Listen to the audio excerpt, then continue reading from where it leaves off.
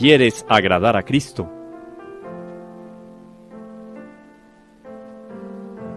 Sumérgete en María.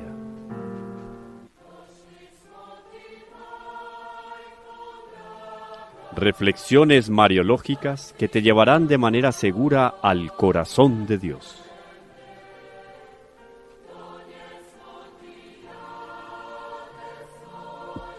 María, la hija predilecta del Padre.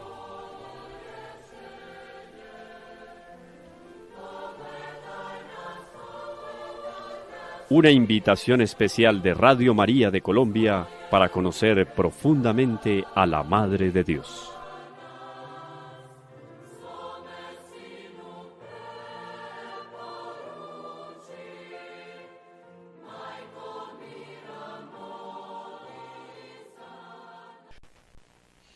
Una vez más nos sumergimos aquí en los misterios maravillosos y encantadores de la Santísima Virgen, ella como María, la hija predilecta del Padre. En su programa de conocimiento, meditación y de crecimiento espiritual junto con la Santísima Virgen, aquella que verdaderamente escuchó y puso en práctica la palabra de Dios.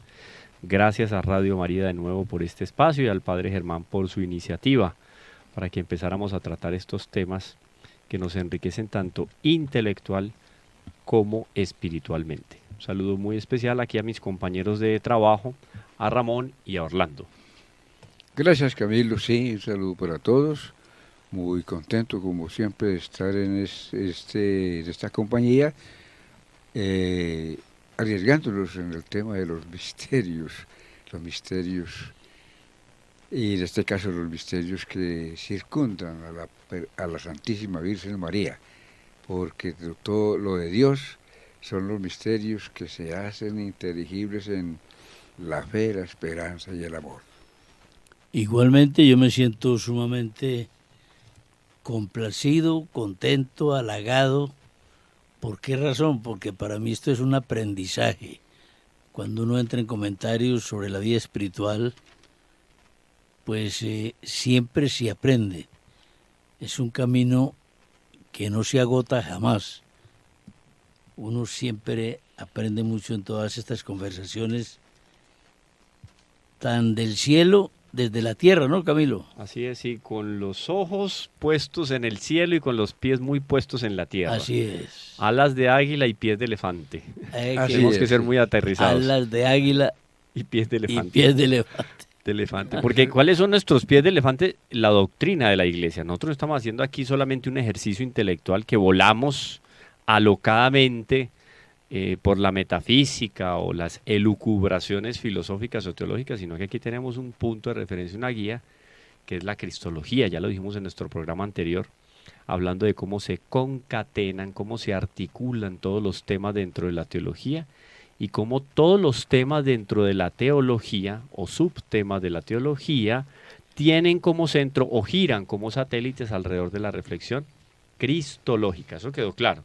Y empezamos a hacer todo un recorrido por la historia también para dejar en evidencia esa acción de Dios en la historia del hombre. Y en determinado momento queda claro para todos nosotros, y a partir de aquí hilamos lo que vamos a desenvolver el día de hoy, ya para terminar algunas anotaciones sobre la intervención de Dios en la historia, lo que podría ser la teología de la historia, para involucrarnos directamente en nuestro problema. El problema es el lugar, ese es el problema. El problema teológico es el lugar teológico de la Mariología. ¿Cuál es ese lugar que ocupa la reflexión de la Santísima Virgen dentro de toda la reflexión teológica?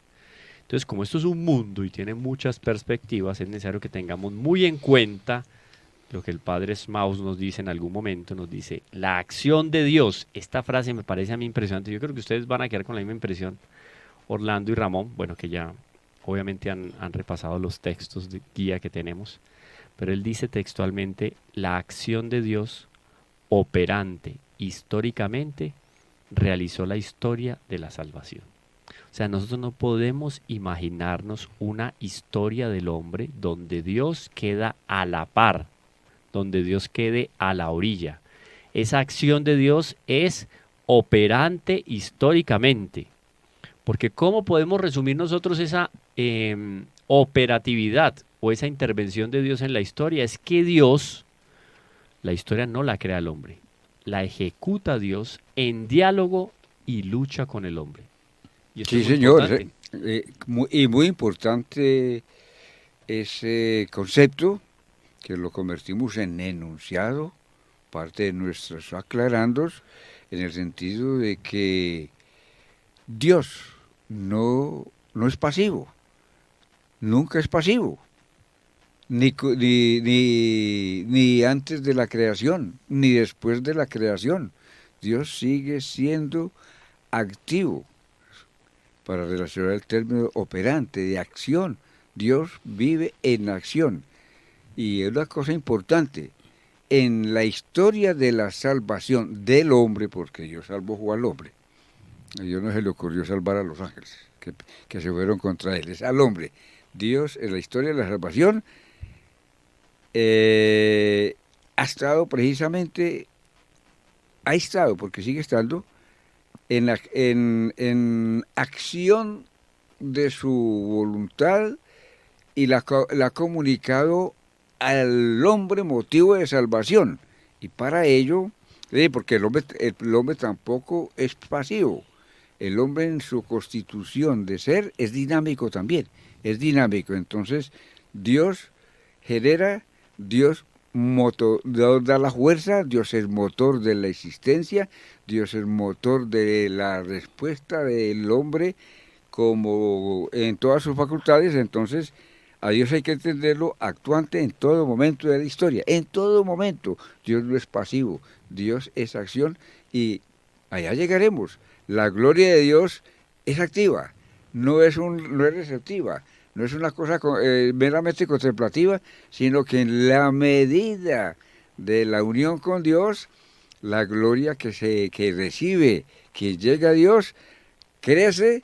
Es decir, es más activa todavía. Entonces Dios hizo su historia de la salvación con el hombre, pero se valió de unos métodos que ya hemos tratado de indicar, cuál fue el camino que Dios indicó para llegar al punto clave que es Cristo. Así es, la clave es esa, entonces, ese diálogo que Dios tiene permanente y constantemente con el hombre, y no es solo un diálogo, es una lucha. ¿Lucha en qué sentido?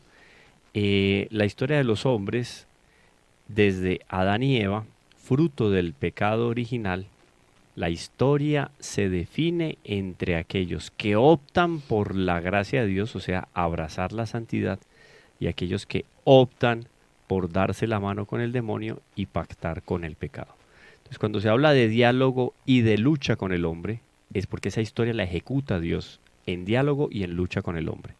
Ese diálogo, cuando hay un diálogo cordial, es cuando el otro me escucha y está atento a lo que yo quiero transmitirle. Que diálogos entre dos. Claro, entonces es cuando el hombre está atento al llamado de Dios, que el llamado de Dios no es otro que el de la santidad. Aquí el Padre Hermano nos habla de lucha.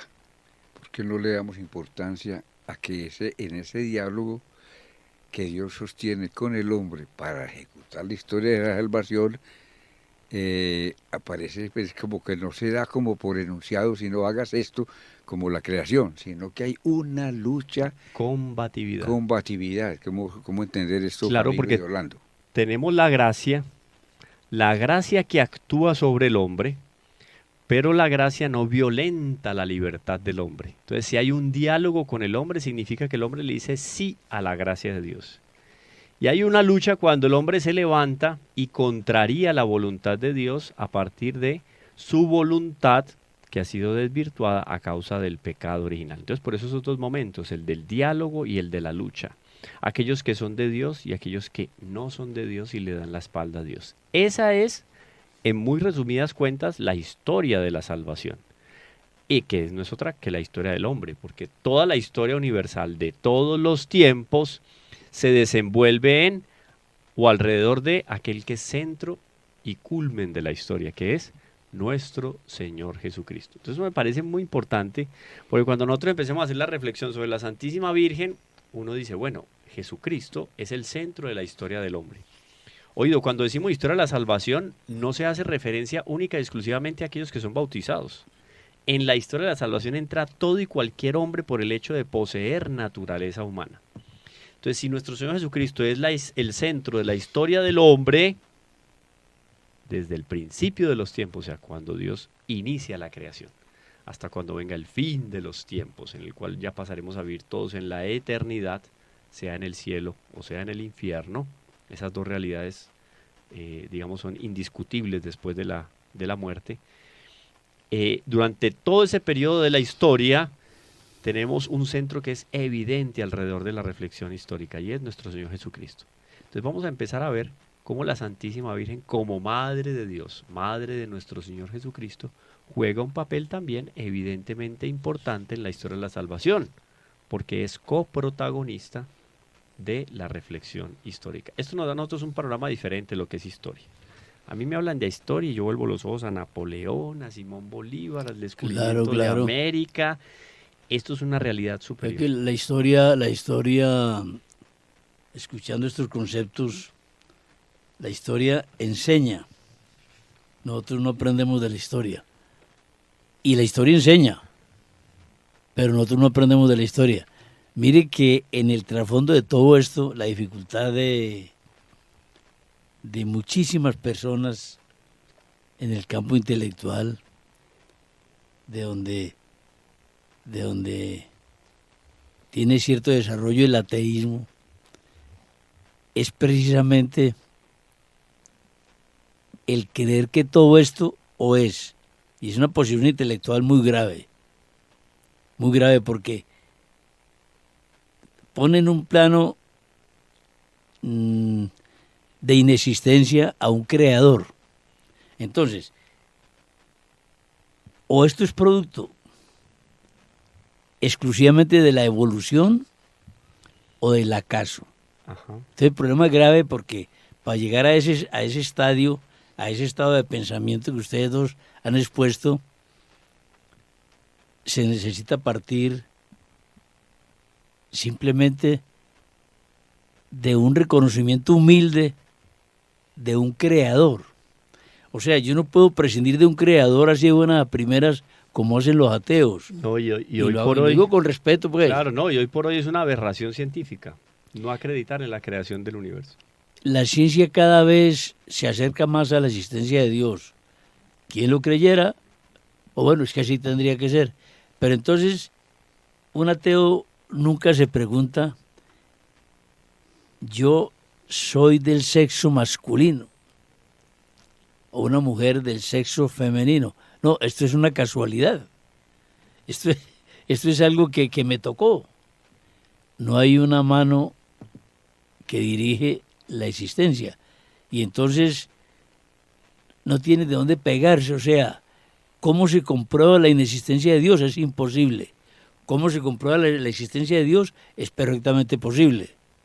Pero hace falta, porque si tenemos a Dios en un concepto meramente intelectual, es que el problema del estudio de Dios es el que el ser humano unos parten de una idea ya como encallecida en su mente, no existe Dios. Todo lo reduce a un estudio intelectual de la vida, nunca llegarán a Dios porque no hay un acto de humildad inteligente. En cambio, la persona que dice, hombre, esto tiene que tener un principio. El campesino dice, vea, hombre, este grano que yo sembré aquí y sale una caña, esto no es como fácil de entender. Es una creación. Hay muchos factores que se involucran ahí, que uno diría al azar, ¿no? No. Está todo armónicamente idealizado. O sea, tiene que haber una mente inteligente. Pero hay un problema, Camilo, y es que cuando se estudia la teología, si se parte de la posibilidad intelectual, no llegamos. Hay que partir es de la misma existencia de Dios, que nos envía su espíritu para que el pensamiento avance. Es que el avance de la teología no es producto de la intelectualidad. Eso es el Espíritu Santo que ilumina. Claro, antes que nada la gracia y la vida mística de los teólogos. Claro está. Por eso la Iglesia reconoce de una manera especial el trabajo que realizaron los padres de la Iglesia.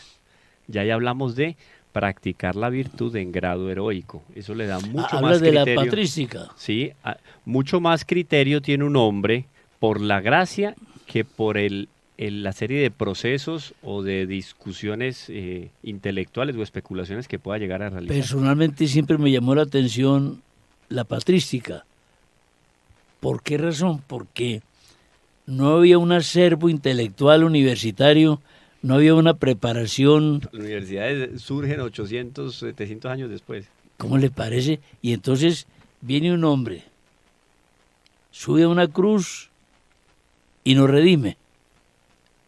Una muerte cruenta y viene una resurrección. Entonces estos señores de la patrística no se pegaron de conceptos intelectuales. ¿Qué va, hombre? Sí, ¿cómo va a ser esto que un señor resucitó? No, es que hay que partir de que Dios es una realidad superior. Y la patrística fue una cosa, es un tapete inapreciable. Además, esto muy interesante, Orlando y Ramón, es que las reflexiones de la patrística de los diferentes padres de la Iglesia en Oriente y en Occidente terminaron coincidiendo. O sea, qué bonito eso. Hoy por hoy yo me escribo con otro en tiempo real por el WhatsApp o un correo electrónico o una llamada y eso es así. Pero en la época era un poco más difícil, ¿no? A la hora de intercambiar, por ejemplo, cartas. San Jerónimo llegó a hacerlo con San Agustín de Hipona, pero eran unos procesos muy lentos de discusión, digámoslo así. Lo bonito es que años después, cuando uno da un paso, o más bien hace un recorrido por toda la reflexión teológica de los padres de la Iglesia, se da cuenta que existe unidad. Unidad. Y esa unidad va más allá de lo que muy bien decías tú, Orlando, no es solo un trabajo intelectual, es fruto de la gracia y de la luz del Espíritu Santo. Unidad dentro de procedencias culturales incluso distintas. Sí, y unidad dentro de la variedad.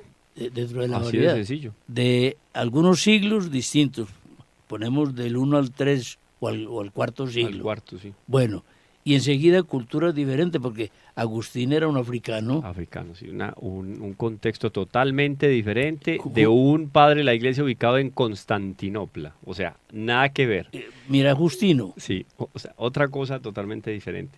Eran naturalezas diferentes, capacidades naturales diferentes, culturas diferentes y perspectivas diferentes, pero todos con una unidad especial. Eso es llamativo, hombre. Una unidad, coincidían en la esencia de la reflexión cristológica.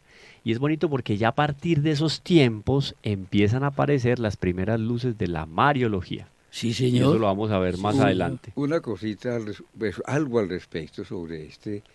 Sí, porque vamos a cerrar el tema de la historia para entrar en el cerne, que yo sé que todo el mundo está en la exacto. punta de la En silla esperando. Esta prolegómena, esta verdad ayer la anunciamos como problema, pero Claro. aquí es la situación para entrar precisamente en el papel de María en la salvación, es decir, la Mariología en la teología. Claro. El Entonces, puesto de la Mariología exactamente. en la teología. Importante todas estas alusiones sobre los padres de la Iglesia, sobre el pensamiento teológico que por obra del Espíritu Santo y por obra de la autorreflexión de muchos llamados de Dios sobre no solo la creación, sino el suceder, lo que sucedió entre Dios y el hombre a partir del pecado. Todo esto se genera entre el amor y el pecado. El amor de Dios al hombre y la rebelión del hombre para Dios, cosa que nosotros simplemente sabemos porque que se dio, porque la historia no parte de hechos ficticios. Esta historia de la salvación parte de hechos concretos. El hecho concreto, Dios creó al hombre por amor, pero el hombre se rebeló contra Dios por soberbia. Ahí se genera todo el proceso, todo el problema que se llama historia de la salvación. De lo contrario, Dios no hubiera necesitado de rebelarse, de venir y entrar con el hombre a que el hombre llegase precisamente a inferir la gravedad del pecado cometido y cómo se necesitaba de salvación. Historia de la salvación del hombre que se perdió. El hombre que se perdió por el pecado entra en una ofensiva contra Dios. Eso es lo que hay que reconocer. Diálogo y lucha, ¿no? Y entonces se genera la lucha para el regreso del hombre a Dios, al estado que lo tenía. Esa es la historia de la salvación, y entonces tenemos que todo esto desemboca en Cristo, y al desembocar en Cristo, ahí está en la cristología, está la Santísima Virgen. Hay un escenario que podríamos imaginar absurdo, pues atreviéndonos. Es que Dios, ante el pecado del hombre, pudo haber enseguida haberle redimido. El hombre no estaba preparado para una redención, sino a través de ese diálogo histórico, podemos decir, de siglos, hasta llegar a la plenitud del tiempo, cuando ya el ser humano había recorrido una cantidad de luchas y de aciertos. Antiguo Testamento, era el momento de que el hombre pudiera comprender. Dios no hace nada sin que el hombre lo pueda comprender en ese sentido. Si la redención de un hombre que subió a la cruz nos redimió, no estuviera el hombre en capacidad de asumirlo, no habría sido así. No sé, confuso el pensamiento. No, porque hay un principio teológico que sustenta lo que estás diciendo, Orlando, y es que Dios todo lo que hace, lo hace de la manera más perfecta. Por lo tanto, si Dios nos redimió al hombre al día siguiente del pecado, eso es porque no era el momento más oportuno ni adecuado. Dios, cuando Dios asegura todo un proceso histórico para que el hombre alcance la salvación, y ahí están involucrados hombres y mujeres con sus luchas y con sus diálogos a partir de la gracia o del pecado, Dios lo permite porque es el desenvolvimiento más perfecto de la historia del hombre. Eso es muy bonito. ¿Por qué me pasan estas cosas a mí? Es que no sé. Tranquilo, todo sucede para el bien de los justos. Claro. Lo dice el mismo Pablo. San Pablo en el capítulo de los Romanos, la Clarísimo. carta. Todo para el bien de los justos. Sí. Y eso queda claro en toda la historia de la salvación. Entonces, así como en la historia del mundo, digamos que vamos a hacer en la historia del hombre, vamos a separar esas dos dimensiones, una natural y una sobrenatural. Así. La historia del mundo y la historia de la salvación, o sea, natural y sobrenatural. En todas dos historias, perspectivas históricas, vamos a encontrar cumbres, retrocesos, principios, medios y fines. Siempre los medios y los fines van a estar por debajo en el plano natural que en el plano sobrenatural. Porque el fin en el plano sobrenatural de la historia o en la dimensión histórica del hombre sobrenatural, el fin es la salvación y la gloria de Dios. Otra cosa es que en el plano natural, un país como Rusia se enfrente a Ucrania. Eso podría tener algunas perspectivas espirituales, sobrenaturales, sí, pero digamos que es un contexto más mundano que sobrenatural. En el plano histórico en el cual nosotros nos vamos a desenvolver de manera más especial es ese plano sobrenatural, donde queda clarísimo lo que el Padre nos dice aquí. El Padre Smaus dice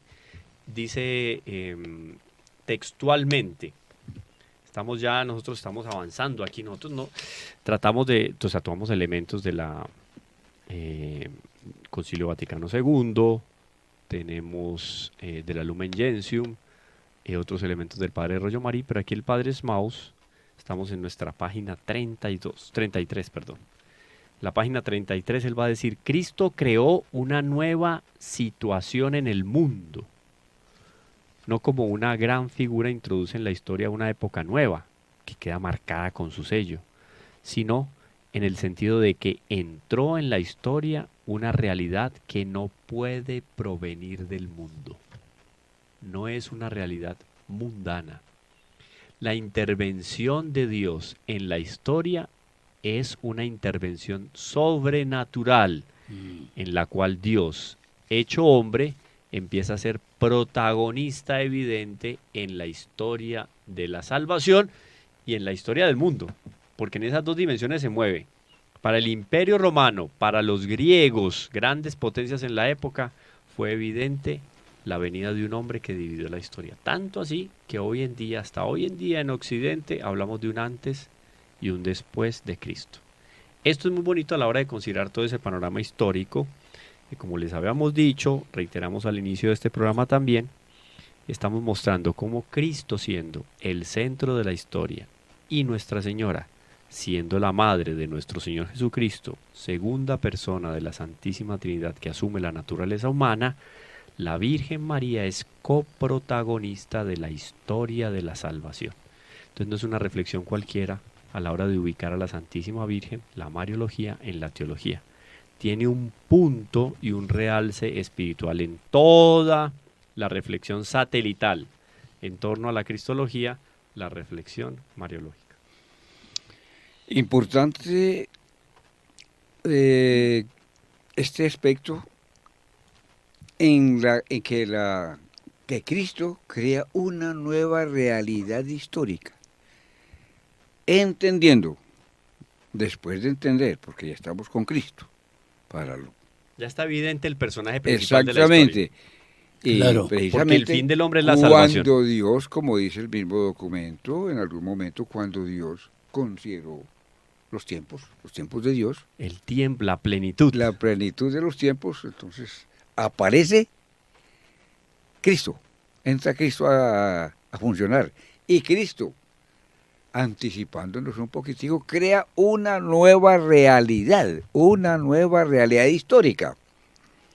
Eso hay que tenerlo en cuenta. La historia de la humanidad no sigue igual. Segundo, en este sentido, de acuerdo con lo que el Padre Mao nos dice, la salvación proviene es espiritual, proviene del cielo. No puede provenir del hombre porque el hombre dentro de la condición de pecador, el hombre no encuentra el camino de la salvación. Su condición de pecador ya, precisamente el objetivo de la salvación, de la historia de la salvación, es salvar al hombre que volvió a caer. Y además la deuda es con Dios. Y la deuda es ¿Cómo con el Dios. hombre pagarle a Dios? Entonces la historia de la salvación es una historia que se genera en Dios. Se genera en Dios. No puede aparecer que a ningún hombre en la historia se haya ocurrido, tanto que, permítanme relacionar aquí, llamó a Abraham. Abraham no llamó a Dios. Nadie llamó a Dios. No, es que claro. Nadie llamó a Dios. Entonces crea Cristo. En todo se da eso, la elección es de una Dios. Historia La iniciativa siempre. es de Dios. exactamente, totalmente diferente. No puede provenir del mundo. El mundo no salva al mundo, no lo salvó ni lo salva. El mundo como mundo antes hunde al hombre, antes lo lleva a la Así está. perdición. Mire. Eso pues me permito ir aclarando, no sé si hay alguna... Está bien, no, está bien porque se afina perfectamente con lo que el padre va a decir más adelante. Lo leo textualmente porque es muy lindo, dice en ese último párrafo, dice, en Cristo, que ya lo hemos dicho digamos en otro contexto, en Cristo se ha hecho presente Dios mismo en la historia humana como actor, como permanente interlocutor del hombre. En cierta manera ha saltado de la otra orilla en la que él está, en ese plano sobrenatural, de pronto para el contexto del Antiguo Testamento inalcanzable, saltó de esa orilla en la que él está a la orilla humana, terrena. Así es. Salta de la orilla de la eternidad a la orilla del tiempo. A la orilla humana y bueno, qué importante este pensamiento, ¿no?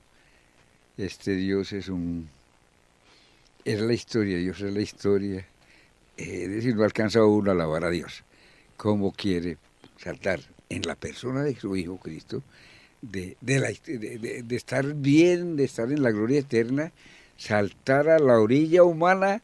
Y ahí viene el programa de Cristo, hacerse hombre. Mire qué cosa tan Se anonadó. Se anonadó y entrar. Bueno, ojalá que alguno hiciera una reflexión sobre esa acción de Dios operante en la historia.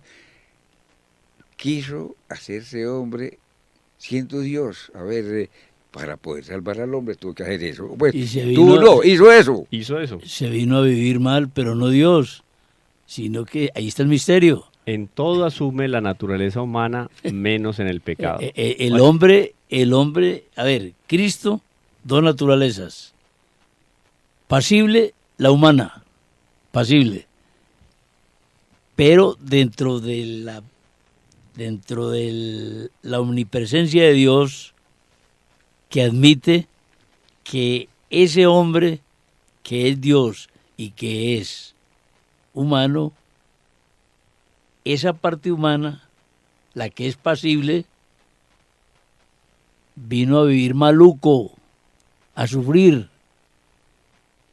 porque sufrió. Si no hubiera sufrido, No tiene la posibilidad de morir. eso es un misterio tremendo. Es un misterio tan grande que no solo lo vamos a resolver después de esta pequeña pausa que vamos a hacer, sino que ya lo resolveríamos o trataríamos de resolver en un próximo programa que esperemos que Radio María nos abra las puertas para hacer algunas reflexiones teológicas al respecto de la humanidad de nuestro Señor Jesucristo y la divinidad de nuestro Señor Jesucristo.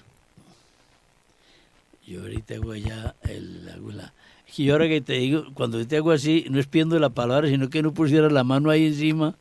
Ramón, no te me retires mucho del micrófono. Yo ahora cojo y este paréntesis lo convertimos en silencio ahorita. Pero quedamos listos.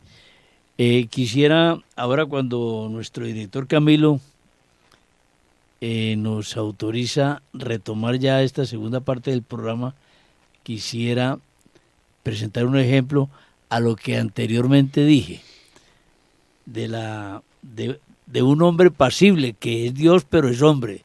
Sí, es que es un Sí. problema del mundo contemporáneo, es reducir de tal manera la divinidad de nuestro Señor Jesucristo que lo humanizamos tanto que Dios desaparece.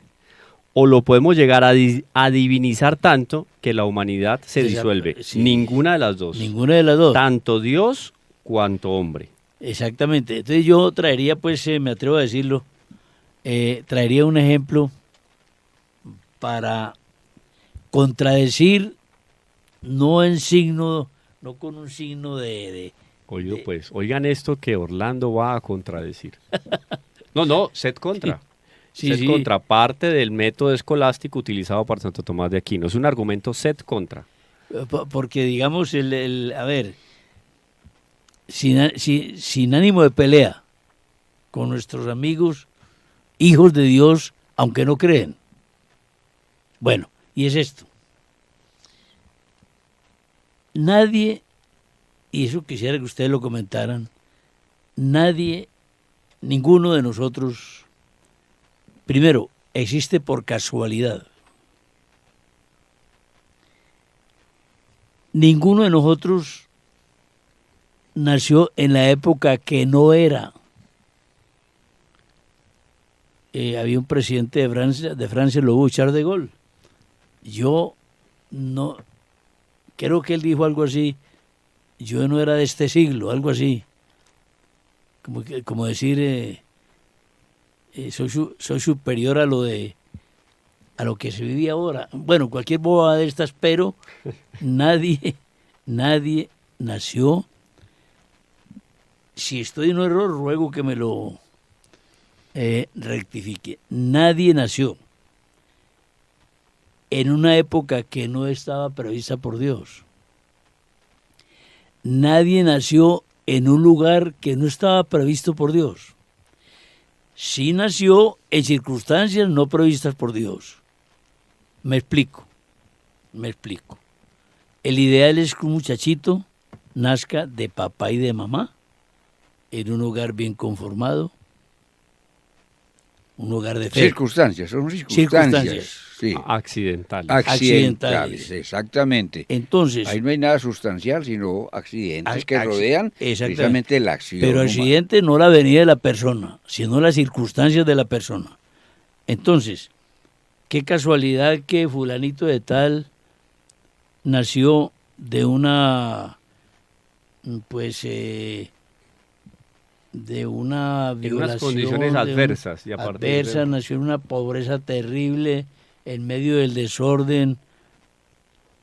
Entonces Dios es injusto. No. Esa alma, esa personita, amada por Dios, no la mandó Dios a nacer en circunstancias sociales tan desfavorables. Viene el misterio de la libertad humana.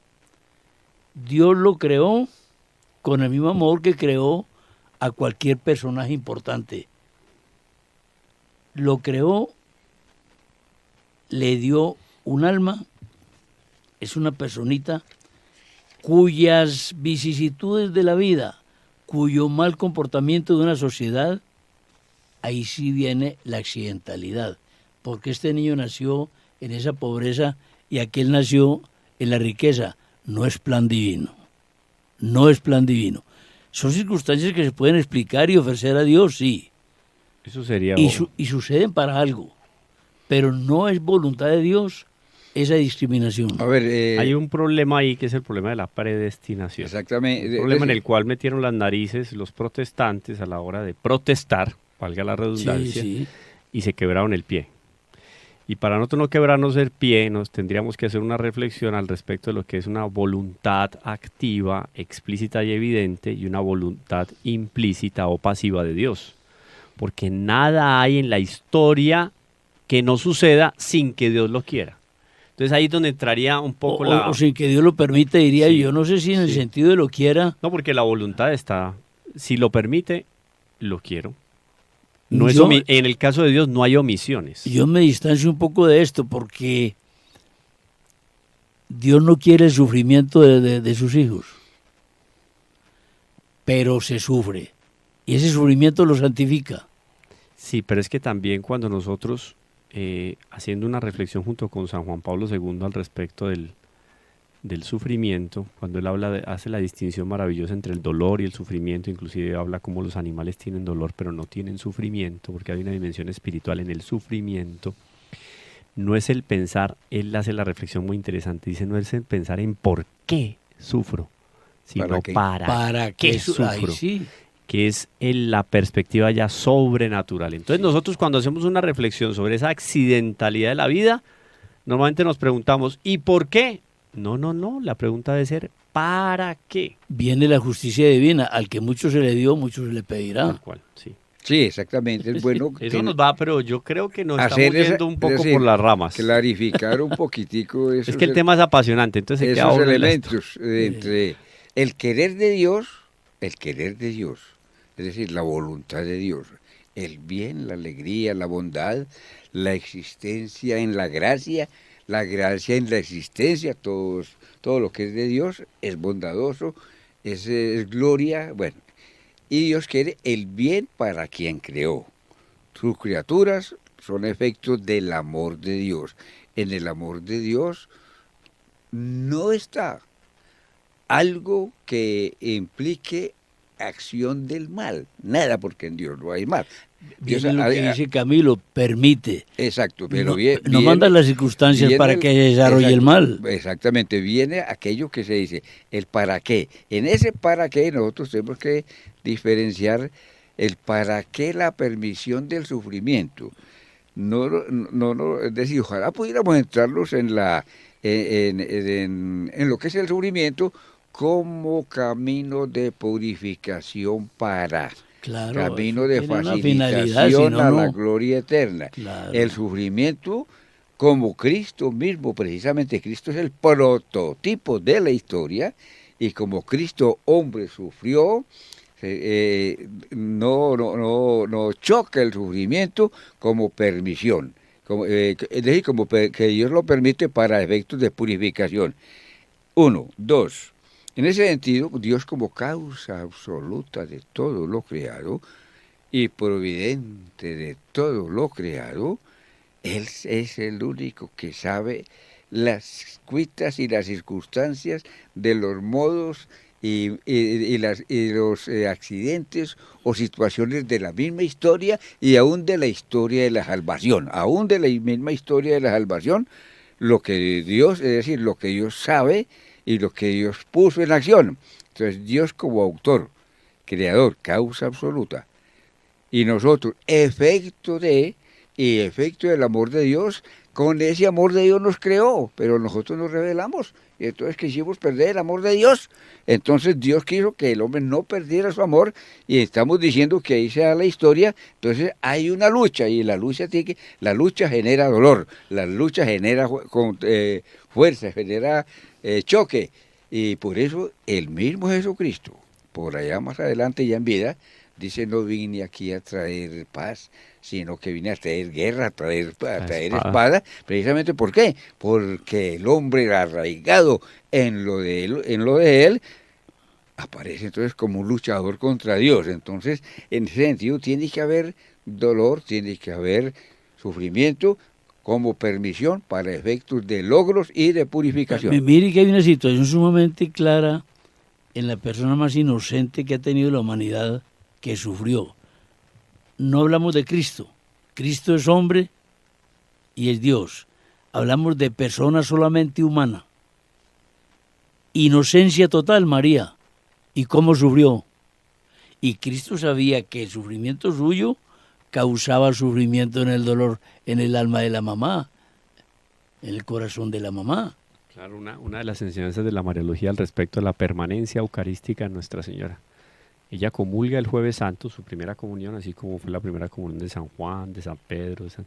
Ella comulga y la sagrada forma se mantiene incorrupta dentro de la Santísima Virgen. Por lo tanto, ella vive la pasión de Cristo, vive los dolores de nuestro Señor Jesucristo y vive la resurrección.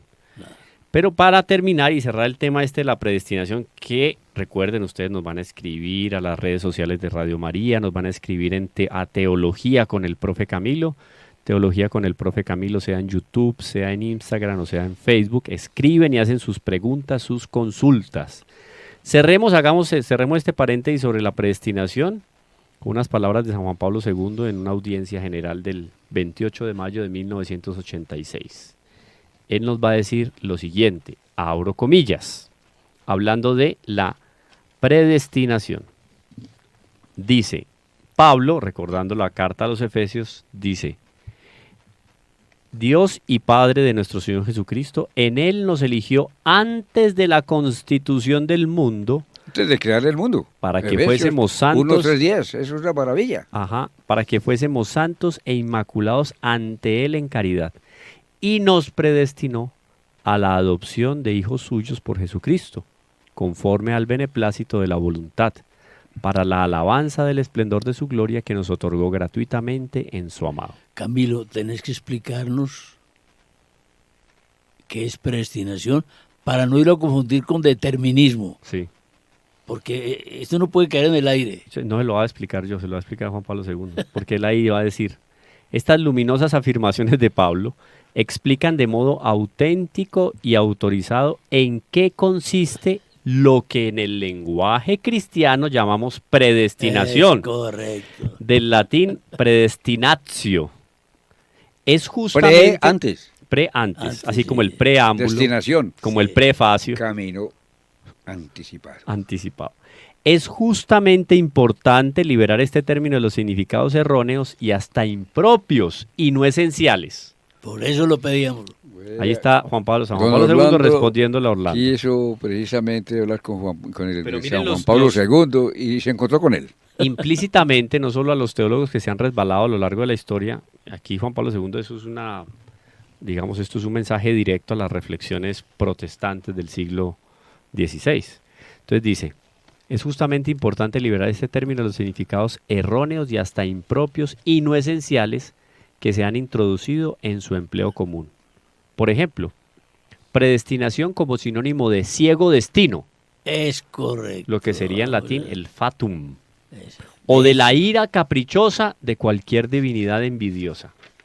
Miren cómo es, o sea, es una visión totalmente, cuando se hace una lectura de predestinación, que no es dentro de la voluntad divina, en el fondo es una deducción o una afirmación más bien pagana o herética, por decirlo en el plano sobrenatural.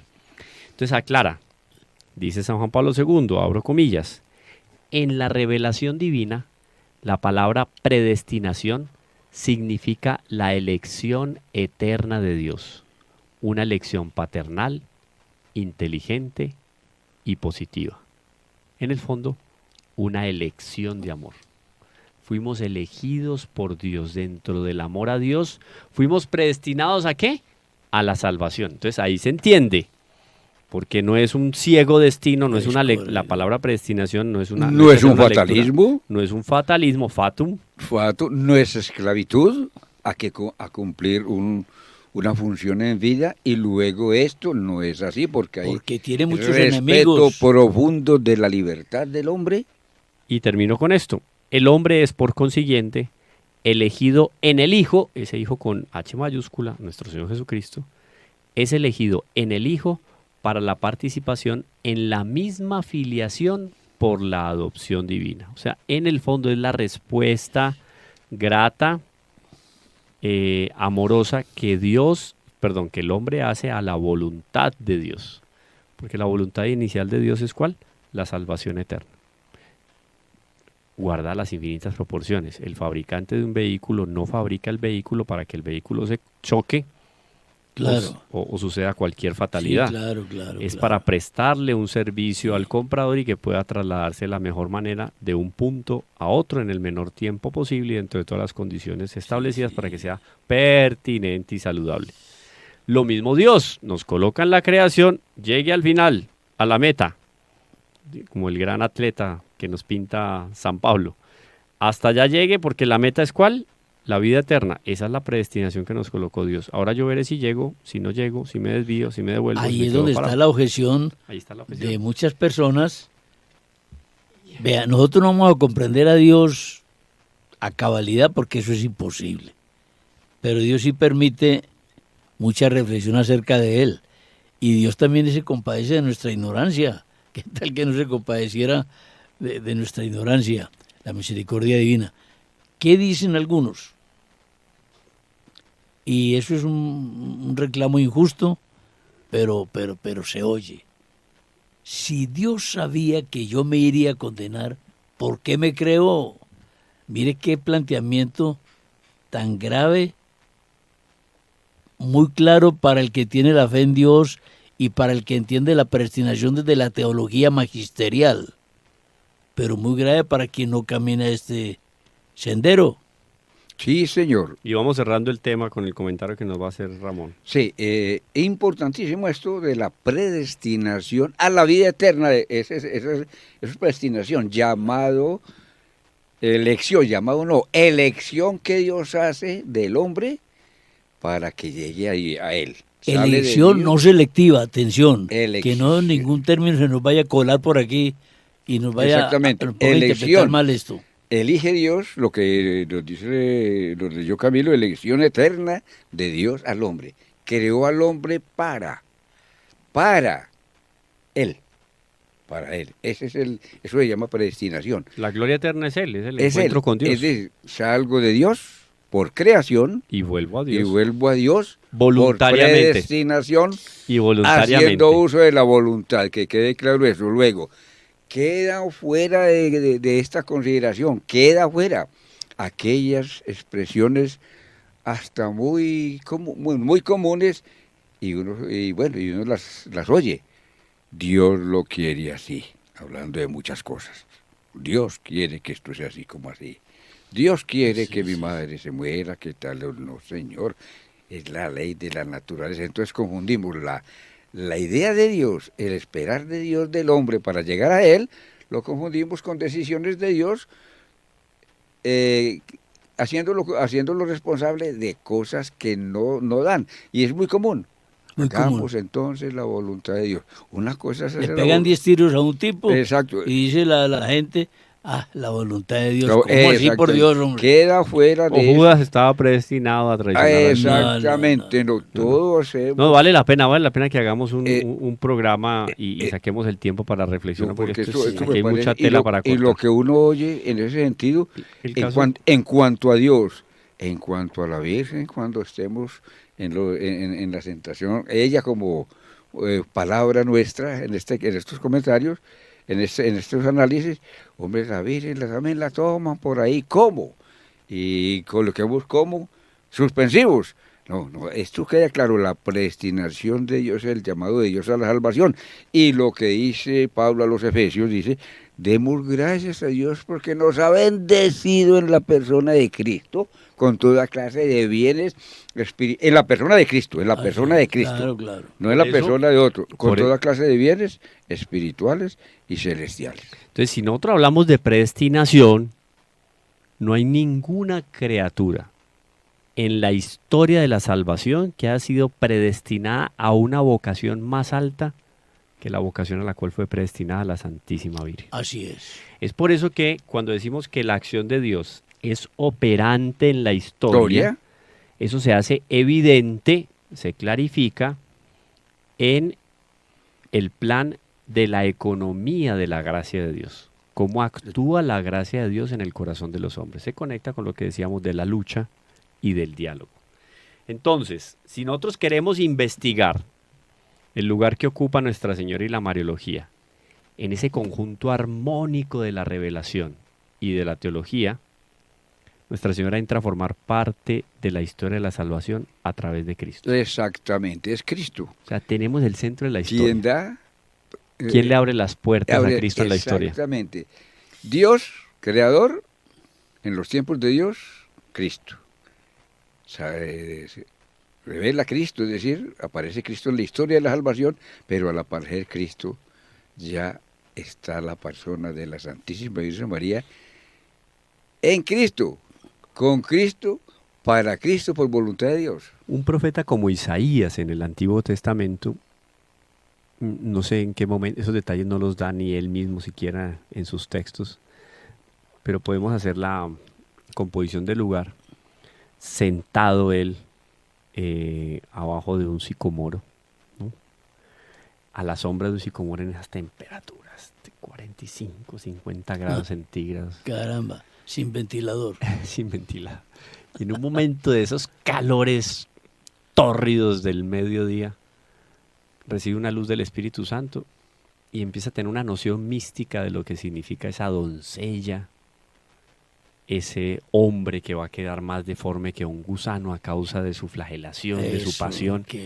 Y él teniendo en ese momento en que él, no sé si la palabra se adecua, el deconstruye o elabora más bien su discurso profético, él ve todas esas realidades y él ahí empieza a comprender profundamente lo que significa esa intervención de Dios en la historia, porque Dios interviene en la historia del hombre, evidentemente desde el primer momento en que Adán y Eva son conscientes en su vida en el paraíso. Evidentemente ahí interviene Dios.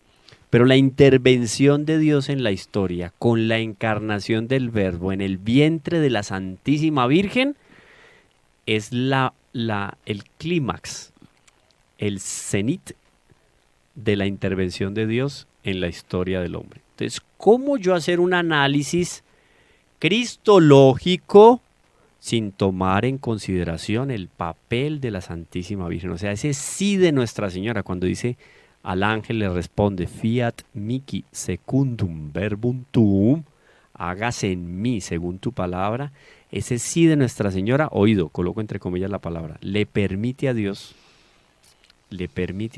intervenir en la historia de la manera más perfecta de lo que Dios podría intervenir.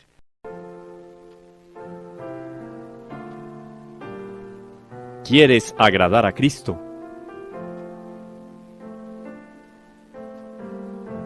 Sumérgete en María.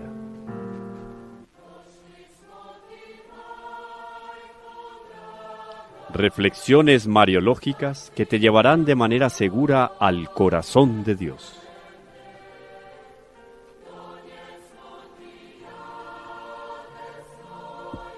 María, la hija predilecta del Padre.